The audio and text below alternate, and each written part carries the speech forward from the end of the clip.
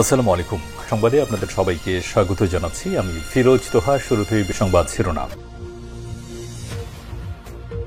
বাংলাদেশের সর্বশেষ গুরুত্বপূর্ণ আপডেট সংবাদে আপনাকে স্বাগত। শুরুতেই সংবাদ শিরোনাম, পরে বিস্তারিত।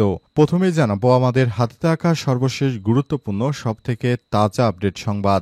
গুমের মামলায় র্যাবের ৩ ডিজিসহ যাদের বিরুদ্ধে গ্রেপ্তারি পরোয়ানা জারি। আওয়ামী লীগের দীর্ঘ শাসন আমলে বিরোধী দল ও মতের লোকদের গুম করে র্যাবের টাস্কফোর্স ইন্টারগেশন টিএফআই সেল ও জয়েন্ট ইন্টারগেশন সেন্টার জেআইসি বন্দি রেখে নির্যাতনের ঘটনায় মানবতাবিরোধী অপরাধে ২ মামলায় আন্তর্জাতিক অভিযোগ আমলে নিয়েছে আন্তর্জাতিক অপরাধ ট্রাইব্যুনাল। এই ২ মামলায় সাবেক প্রধানমন্ত্রী শেখ হাসিনাকে প্রধান করে ৩০ জনকে আসামি করা হয়েছে।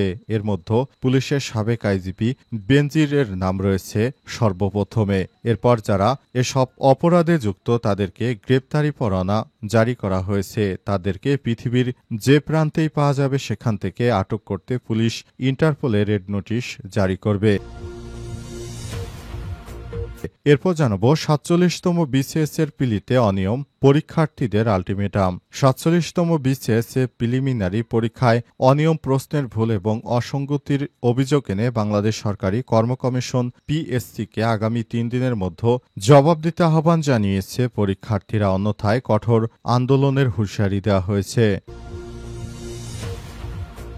এদিকে সংখ্যালঘুদের বিরুদ্ধে সহিংসতার উৎস ফেসবুক, বললেন প্রেস সচিব। দেশে সংখ্যালঘুদের বিরুদ্ধে সংঘটিত প্রায় সব সহিংসতার মূল উৎস হিসেবে ফেসবুককে দায়ী করেছেন প্রধান উপদেষ্টা অধ্যাপক ড মোহাম্মদ ইউনূস। আজ প্রেস সচিব বিষয়টি নিশ্চিত করেছেন। জানাবো চাকসু নির্বাচনে ছাত্রদলের ৮ দফা ইশতেহার ঘোষণা, শিবিরের ৩৩ দফা ইশতেহার ঘোষণা। চট্টগ্রাম বিশ্ববিদ্যালয় কেন্দ্রীয় ছাত্র সংসদ চাকসু নির্বাচনে ৮ দফা ইশতেহার ঘোষণা করেছে ছাত্রদল। একই সঙ্গে এই ৮ দফায় ৬৯টি সংস্থার প্রস্তাবনা তুলে ধরা হয়েছে। এবং সর্বশেষ জানাবো ট্যালকম পাউডারে ক্যান্সার সৃষ্টি, জনসন অ্যান্ড জনসনকে $৯৬৬ মিলিয়ন জরিমানা। জনসন অ্যান্ড জনসনের উৎপাদিত টেলিকম পাউডার ক্যান্সার সৃষ্টি করে এমন অভিযোগে যুক্তরাষ্ট্রের লস অ্যাঞ্জেলেসে একটি জুরি কোম্পানিকে দোষী সাব্যস্ত করে $৯৬৬ মিলিয়ন ক্ষতিপূরণ দেওয়ার আদেশ দেওয়া হয়েছে। ক্যালিফোর্নিয়ার বাসিন্দা মেমুর ২০২১ সালে ক্যান্সারে মারা যান। তিনি জনসনের পণ্য ব্যবহার করে ক্যান্সারে আক্রান্ত হয়েছিলেন বলে জানা গেছে। এরপরই তার পরিবারের পক্ষ থেকে একটি মামলা দায়ের করে। প্রিয় দর্শক, এতক্ষণ শুনছিলেন সংবাদ শিরোনাম, এবারে বিস্তারিত।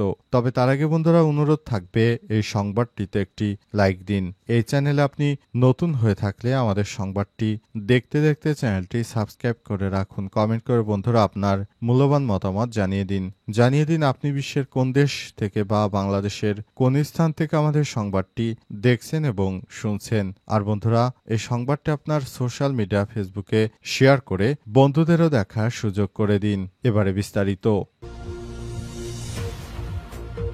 গুমের মামলায় র্যাবের ৩ ডিজিসহ যাদের বিরুদ্ধে গ্রেপ্তারি পরোয়ানা জারি। শুরুতে সাবেক আইজিপি বেনজির আহমেদ, প্রথম সারিতে র্যাবের সাবেক DG M Khurshid Hossain, Harunur Rashid, Anwar Latif Khan, lieutenant colonel Sarwar Bin Kashem, দ্বিতীয় সারিতে brigadier general Jahangir Alam, Tofail Mostafa Sarwar, RAB কর্মকর্তা AKM Azad, lieutenant colonel Khairul Islam, তৃতীয় সারিতে brigadier general Kamrul Hasan, Mahbub Alam, colonel Abdullah Al Momen, lieutenant colonel Mashiur Rahman Jewel. Awami লীগের শীর্ষ শাসনামলে বিরোধী দল ও মতের লোকদের গুম করে র্যাবের টাস্কফোর্স ইন্টারগেশন টিএফআই সেল ও জয়েন্ট ইন্টারগেশন সেন্টার জেআইসি বন্দি রেখে নির্যাতনের ঘটনায় মানবতাবিরোধী অপরাধে ২ মামলার আনুষ্ঠানিক অভিযোগ আমলে নিয়েছে আন্তর্জাতিক অপরাধ ট্রাইব্যুনাল।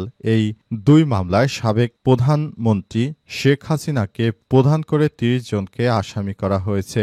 বুধবার ট্রাইব্যুনাল ১-এর চেয়ারম্যান বিচারপতি মোহাম্মদ গোলাম মুর্তজা মজুমদারের নেতৃত্বাধীন ৩ সদস্যের বিচারিক প্যানেল এই অভিযোগ আমলে নেয়। একই সঙ্গে আসামিদের বিরুদ্ধে গ্রেপ্তারি পরোয়ানা জারি করা হয়। এই ঘটনার পরই তাদেরকে আটক করা হবে বলে প্রশাসনের পক্ষ থেকেও জানানো হয়েছে। বিশেষ করে বেনজিরের মতো যেসব কর্মকর্তারা বিদেশে পলাতক রয়েছে তাদেরকে ইন্টারপোলের মাধ্যমে আটক করে তারপর দেশে ফেরত আনা হবে এবং যারা অন্যান্য দলে রয়েছে তাদেরকেও আটক করে ফেরত আনা হবে। ৪৭তম বিসিএস এর পিলিতে অনিয়ম পরীক্ষার্থীদের আলটিমেটাম। ৪৭তম বিসিএস এর প্রিলিমিনারি পরীক্ষায় অনিয়ম প্রশ্নের ভুল এবং অসঙ্গতির অভিযোগ এনে বাংলাদেশ সরকারি কর্ম কমিশন পিএসসি আগামী ৩ দিনের মধ্যে জবাব দিতে আহ্বান জানিয়েছে পরীক্ষার্থীরা। অন্যথায় পিএসসির বিরুদ্ধে কঠোর হুঁশিয়ারি দিয়েছেন তারা। বুধবার বিকেলে ঢাকা বিশ্ববিদ্যালয় মধুর ক্যান্টিনে এক সংবাদ সম্মেলনে সব দাবি জানান পরীক্ষার্থীরা। সংবাদ সম্মেলনে লিখিত বক্তব্য পাঠ করেন ৪৭তম বিসিএস পরীক্ষার্থী ও ঢাকা বিশ্ববিদ্যালয়ের শিক্ষার্থী জালাল আহমেদ। উপস্থিত ছিলেন জীবন আহমেদ অভি, রাজীব আবু সালে প্রমুখ। জালাল আহমেদ গত ১৯ সেপ্টেম্বর সারা দেশে অনুষ্ঠিত ৪৭তম বিসিএস এর প্রিলিমিনারি পরীক্ষার প্রশ্নপত্র এতটাই জটিল ও সময়সাপেক্ষ ছিল যে প্রশ্ন বুঝতে গিয়ে ২ ঘণ্টা লেগে যায়। সঠিকভাবে উত্তর দিতে পারা প্রায় অসম্ভব হয়ে পড়েছিল। সময় ও বিষয়বস্তু ভারসাম্য রক্ষা করে প্রশ্ন তৈরি করা উচিত ছিল। তিনি আর অভিযোগ করেছেন প্রশ্নপত্রে একাধিক ভুল ও অসঙ্গতি ছিল।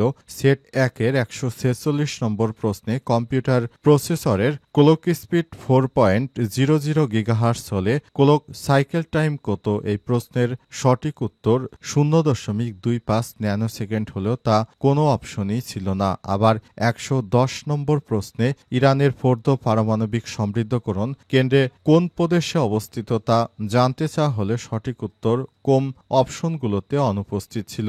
ডাবল উত্তর সংবলিত প্রশ্নের অভিযোগও তোলেন তিনি। উদাহরণ হিসেবে তিনি বলেন, স্যাট ১-এর ১২০ নম্বর প্রশ্নে কোন দেশটি ওপেক এর সদস্য নয় জানতে চাওয়া হয়েছে, যেখানে দুটি উত্তরই সঠিক হতে পারে, ইন্দোনেশিয়া এবং বাংলাদেশ। এই দুটি দেশের একটিও ওপেকের সদস্য রাষ্ট্র নয়। একাধিক উত্তর হতে পারে এমন প্রশ্ন ছিল প্রায় ১৫ থেকে ১৬টি। এছাড়াও খুলনায় বিভিন্ন প্রশ্নপত্রে পরীক্ষা নেওয়া হয়েছে বলেও অভিযোগ করেন শিক্ষার্থীরা। এভাবে চলতে পারে না, পিএসসিকে অবশ্যই এর কারণ দর্শানোর নোটিশ দেওয়া হবে বলে তারা জানিয়েছেন।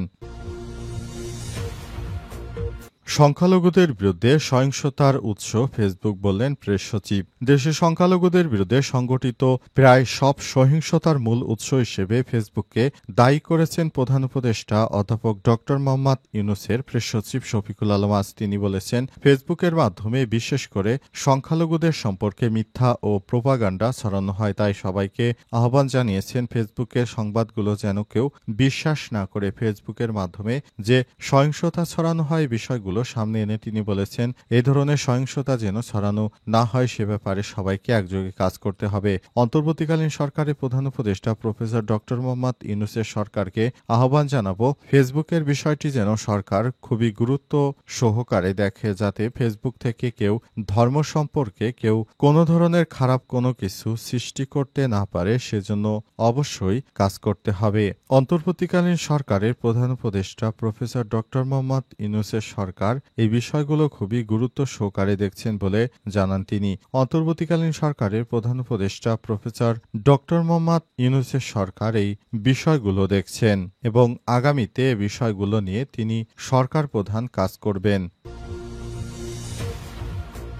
চাকসু নির্বাচনে ছাত্রদলের ৮ দফা ইশতেহার ঘোষণা। চট্টগ্রাম বিশ্ববিদ্যালয় কেন্দ্রীয় ছাত্র সংসদ চাকসু নির্বাচনে ৮ দফা ইশতেহার ঘোষণা করেছে ছাত্রদলের শিক্ষার্থীরা। তারা জানিয়েছে, আমরা ক্ষমতা আসলে যে যে বিষয়গুলো অগ্রাধিকার দেব সেই সব বিষয়গুলো তারা সামনে এনে তাদের এই ইশতেহার ঘোষণা করেছে। আর ছাত্র শিবিরের পক্ষ থেকে ৩৩ দফা ইশতেহার ঘোষণা করা হয়েছে। তবে ছাত্রদলের ইশতেহার এত কম কেন, এই প্রশ্ন সবার মনে। ছাত্রদল যদি শিক্ষার্থীদের জন্য ভালো কিছু করতে চায় তাহলে তাদের ইশতেহারের সংখ্যা আরও বাড়াতে হবে, এমনটা মত প্রকাশ করেছে বিশ্ববিদ্যালয়ের শিক্ষার্থীরা। শিক্ষার্থীদের পক্ষ থেকে অনেকেই বলছেন, এই বিষয়গুলো আমাদেরকে গুরুত্বের সঙ্গে দেখতে হবে।